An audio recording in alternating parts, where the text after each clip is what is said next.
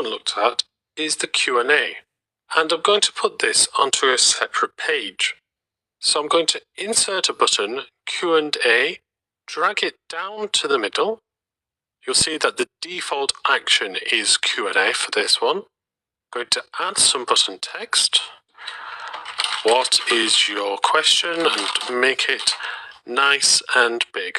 Now this can be incorporated into your own reports and pages, but I'm just going to have it standalone here.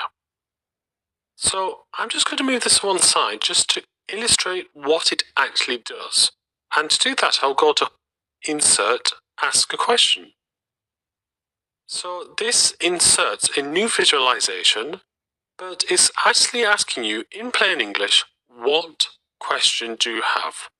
So I'm going to say, what was the sales volume? And you can see the computer's already answering the question, 4 million per year. And it converts that into a line chart. Or I could say per quarter or per month in West Yorkshire.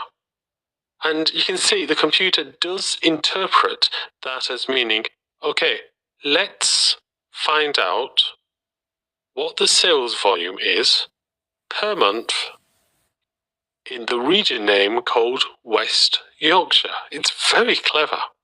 And if you like this visualization, then you can click this button to convert it from a Q&A to a standard visualization.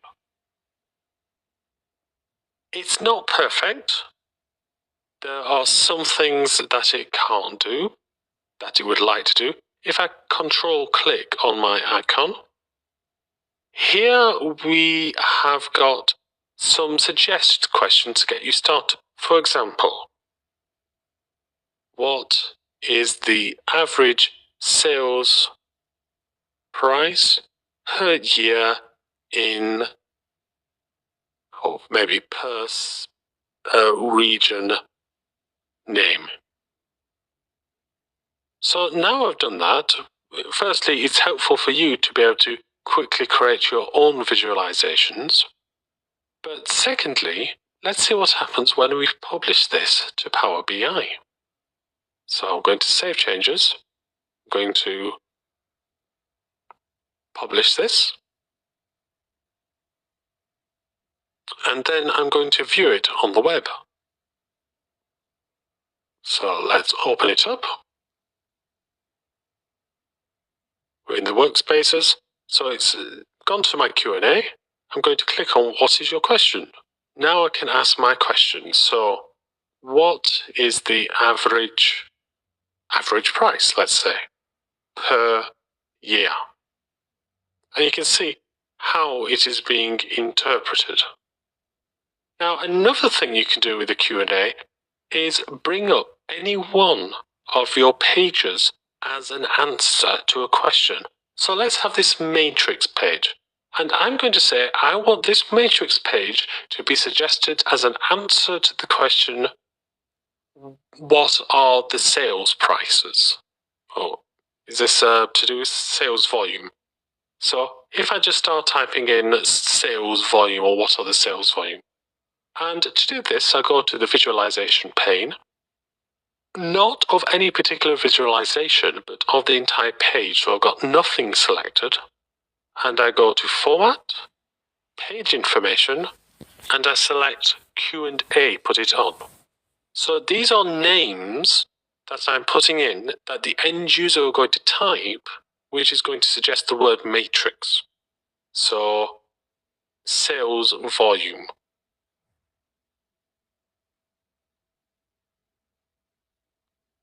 Sales volume per year, that sort of thing. So whenever the end user types that, it's going to offer this page as a suggestion. Now just to have a look at the other formatting of the page, you can also change the page size, you can change the page background, and you can change the wallpaper as well. The wallpaper is the bit outside of your page. So if I change the page background here to a yellow, And you might be going, well, why can't I see yellow? Because it's also set to 100% transparent. So I'll change that to 75%. Or you could add images if you so wished. So I could add an image of a particular shape in the background, but I won't do that. I'll add a different coloured wallpaper. I'll make it red.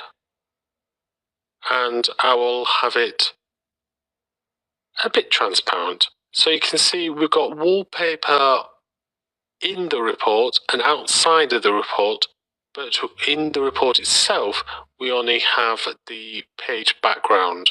So you can see if I want it just fully yellow, I'll turn transparency all the way up.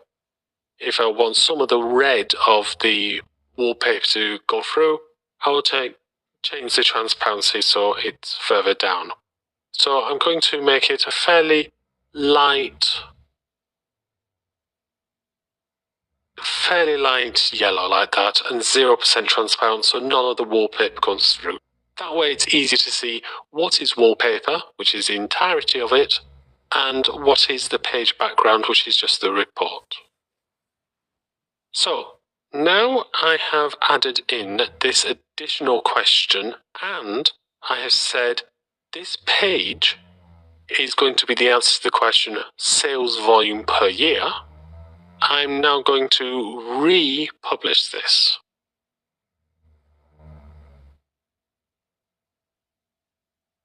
So now it's going to come up. I'll just close the old version. Click on open. I can type any question. For instance, I'll type in the question sales volume. And you can see that it is offering the matrix page as an answer to that question. So it's thinking it is a synonym. The sales volume and matrix are the same. Now, if I just exit the full screen, go to the matrix, here you can see the difference between the page background and the wallpaper. So this report has been formatted as a 16:9. You can see that if I click on the page, not any particular visualization, go to page size, it's 16:9. So anything that is outside of 16:9 is therefore part of the wallpaper. So in this video, we've had a look at how to use question and answers. We have put it into our own report so the end user can add questions, and we have pre-populated some of the questions they might want to ask. So they are not limited to just the ones that you do. But equally, you can ask a question and have a very quick answer to something in English, which might be the basis of a visualization that you want to use. And then finally, we have looked at synonyms of entire pages and how the end user can bring that out by typing in just a few words, have that as a suggested answer. So this is your question and answer, which are also known as natural language queries. And we've seen buttons and actions, which equally allow you to go to various links. But what if you wanted not to go anywhere, but just to have more information to hand? Now, tooltips are little pieces of information that come up when you hover over objects. And most of the time, they are automatically controlled. So, for instance, if I hover over this visualization, you can see the date, the region name, sales volume, and it allows you or invites you to drill through, which of course you can do. But what if you wanted something different? Well, you can specify a sheet, an entire sheet, to operate as a tooltip. Now, one problem with this, of course, is that we can't have an entire sheet on top of another sheet, because you wouldn't be able to see the sheet behind. So this sheet that's going to be used as a tooltip is going to be quite small. So what I'm going to do is I'm going to copy this region name chart. So I'm just going to duplicate it, and this is going to be called tooltip.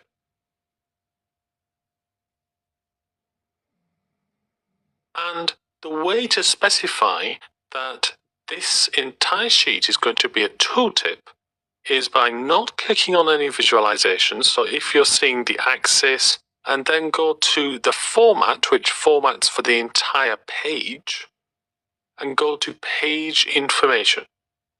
And we have tooltip. So the name at the moment is tooltip, but that doesn't mean anything. You can have any name you want, and it doesn't make it a tooltip, it doesn't not make it a tooltip. But what makes it a tooltip is this. This lists your tooltip on, off in page information. So I'm going to put it on. And that is literally all you completely need to do. There are a few steps more that it would be advisable to take, but let's just see how this actually operates as a tooltip. And just like drill-throughs, you can also add fields that say when, so you want it to be shown when you're hovering over a region name, for instance. So let's go back to page 1 and our visualization at the top left. And if I hover over it, you can see that we have got this tooltip. So if I hover over South Yorkshire, then it gives me this information. Hover over Merseyside, it gives me that information. But suppose you don't want this tooltip to be shown on every visualization that's got a region name. No problem. Let's just click on the visualization, and then in the format pane, we'll go to the properties or general tab and go into tooltips. So you can switch tooltips on or off, so that stops any tooltips from happening. But in options, if you don't want a page to come up by default like this, then you can change the type from report page to default. So you can see here, the default is what we had at the beginning of the video. If I change it now to report page, then it shows the report page where available as a tooltip. And I can specify which report page I want if I go down to page and select the page. Now, it's not the page name that gives it the tooltip property, it is going into page information and page type tooltip or turning allow tooltip on. So I can rename this page what I want. So I'm going to rename it now tooltip page. And if I go back into page 1 into this visualization and into properties or general and tooltips, now you can see that I'm using the tooltip page as my hyperlink.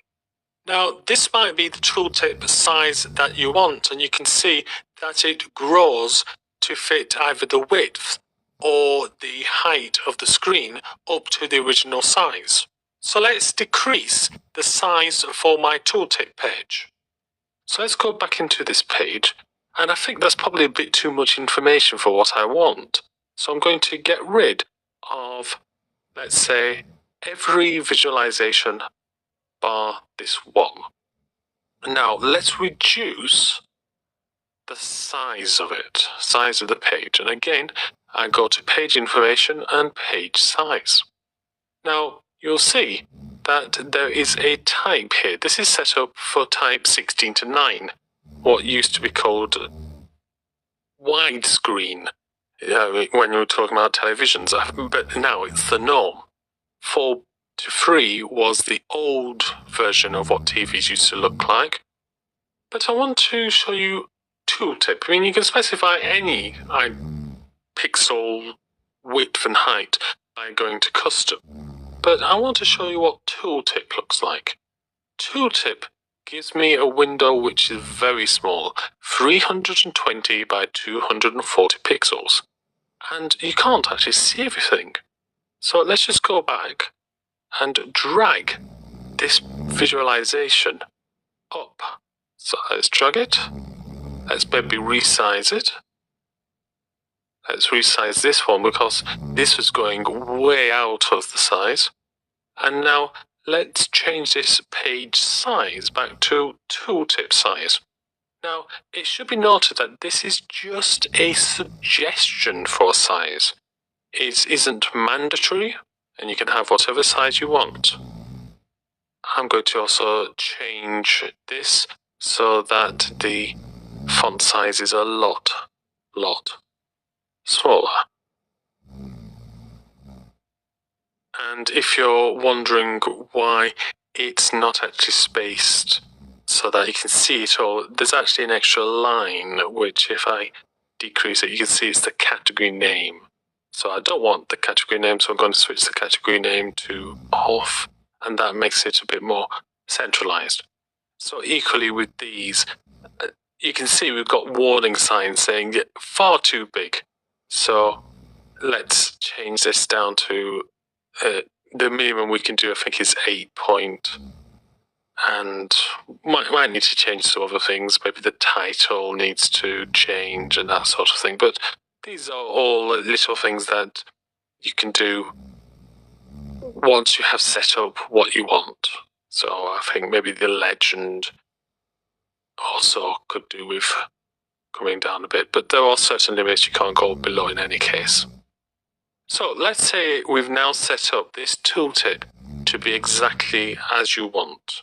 Well, let's go back into page 1 and see what happens. So if I hover over something, and now you can see it's a much more reasonable tooltip. Is it a bit too small? Maybe. But if you can design so that it is small, then hopefully you will be able to get what information you want to give to the user without actually having to use drill through or buttons or actions. This gives you an entire additional level of information. Now there's one thing I must stress. Going back into this tooltip page, the name doesn't mean it's a tooltip, and going into page size and selecting tooltip here doesn't make it a tooltip either. It's only page information and tooltip. So it's a bit maybe misleading that we have a page size of tooltip, but this doesn't actually make it a tooltip. You can have non-tooltips which are this size. I don't know when you would want to use it, perhaps, but you can have it. The thing that makes a page a tooltip is by clicking on tooltip in page information. Now, you don't actually have to use tooltips anywhere. Obviously, it'd be a waste if you don't. But if you did, you would go to tooltip and say report page, and then you can say just auto, so the computer will select what it thinks the best tooltip is. Or you can say type default, and again, leave the computer completely to select what you would like. But tooltips allow you to create additional on-demand analysis that might be quite good for the end user. So tooltips are very simple to set up. You might want to hide the page, so right and click and hide, so that when it's published onto Power BI server, that you won't actually be able to see it. Obviously you can see it in Power BI desktop, otherwise you wouldn't be able to edit it. So tooltips, easy to set up, very useful if you have everything in it that will give additional value, additional analysis that's useful for the end user.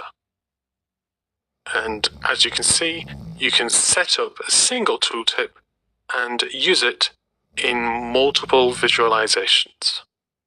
So these are tooltips.